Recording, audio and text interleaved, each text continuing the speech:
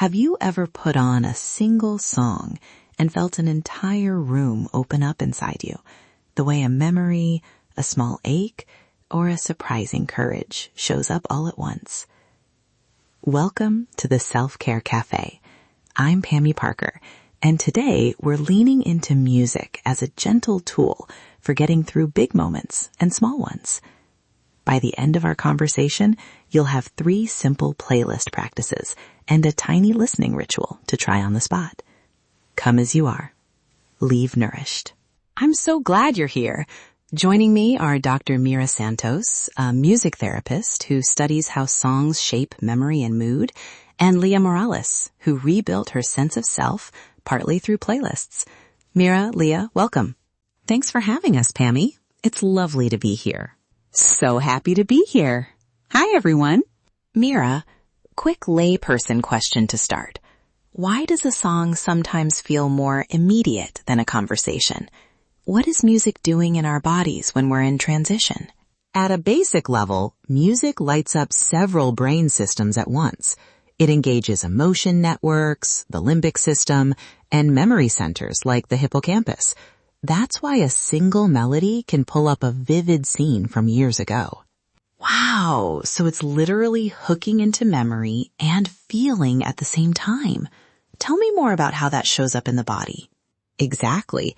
Tempo influences heart rate and breathing. A slow tempo can calm, an upbeat tempo can mobilize you. Lyrics bring narrative and identity.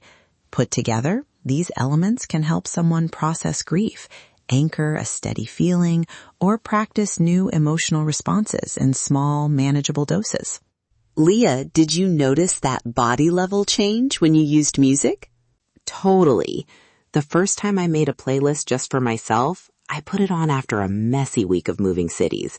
I sat on the floor with my luggage, and the music made my chest feel steadier, like a friend was in the room.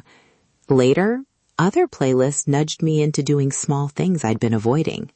That image, you on the floor with a song as company. That's what I want listeners to imagine. But I also want to ask a gentle challenge. Is there a risk people use playlists to avoid feeling, to hide from hard things? Yes, that can happen.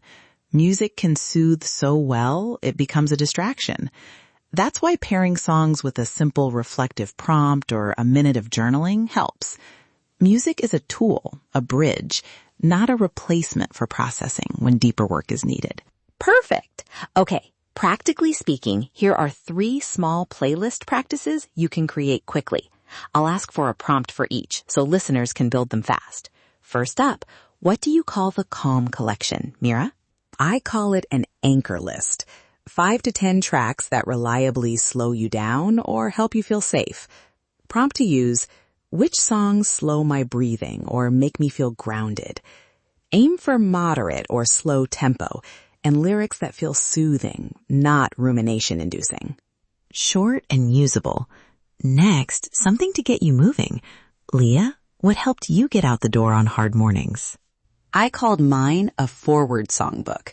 3 to 6 tracks that feel hopeful or energizing. Prompt, which songs make me want to take one small step? They don't all have to be poppy. Sometimes a quiet anthem does the trick. And the third? A ritual track. One single song you reserve for marking transitions, endings, new starts, or small celebrations. Prompt, which song honors what I'm leaving and what I'm welcoming? Use it consistently to build association. A quick decision rule if choice feels impossible. Pick by mood, not genre. Ask, does this soothe me, move me, or mark a moment? And if you're overwhelmed, try the 5-3-1 method. 5 candidates, narrow to 3, pick one to try today. If you have a phone nearby, let's try a very short listening practice now. Pick one track, any song that came up, or imagine the opening bars. Close your eyes if that's safe, or soften your gaze. Breathe in through the nose, out through the mouth. Notice one physical sensation, one word or image, and one tiny next step the music suggests. I'll guide it slowly. Inhale, exhale. Notice the first sensation. Now the word or image. Finally, the small step.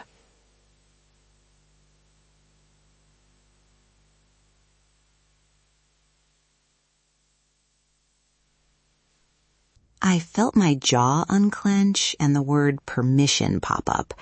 My next step was to text a friend I'd been avoiding. Tiny, but it mattered. That's a great example of how a short musical moment can open a pathway to action. It's micro work with real ripple effects. Before we finish, a few gentle troubleshooting tips. If music becomes avoidance, pair one song with one question or a minute of journaling after you listen. If choices overwhelm you, use the 5-3-1 rule. And if you find yourself comparing tastes, remember your soundtrack is for you. Take inspiration, not pressure. Also remember, cultural relevance matters. These practices should honor your musical background. Choose languages, genres, and rhythms that feel authentic to you. Leah, any last simple encouragement for someone who's curious but not sure where to start? Trust what feels true. Start with one song. Let it be small. The mirror it holds might be steadier than you expect. And if a track brings up more than you can sit with alone, consider pairing music with a therapist or a trusted friend. Music is a bridge. Sometimes you need someone on the other side. Thank you both. If you'd like starter playlists and printable templates to build an anchor list, a forward songbook, and a ritual track in under 15 minutes, visit the Self-Care Cafe show page. We've linked examples and ready-made lists there. If this episode helped you, consider sharing it with a friend who might appreciate some musical company. Thank you for listening. Come as you are. Leave nourished.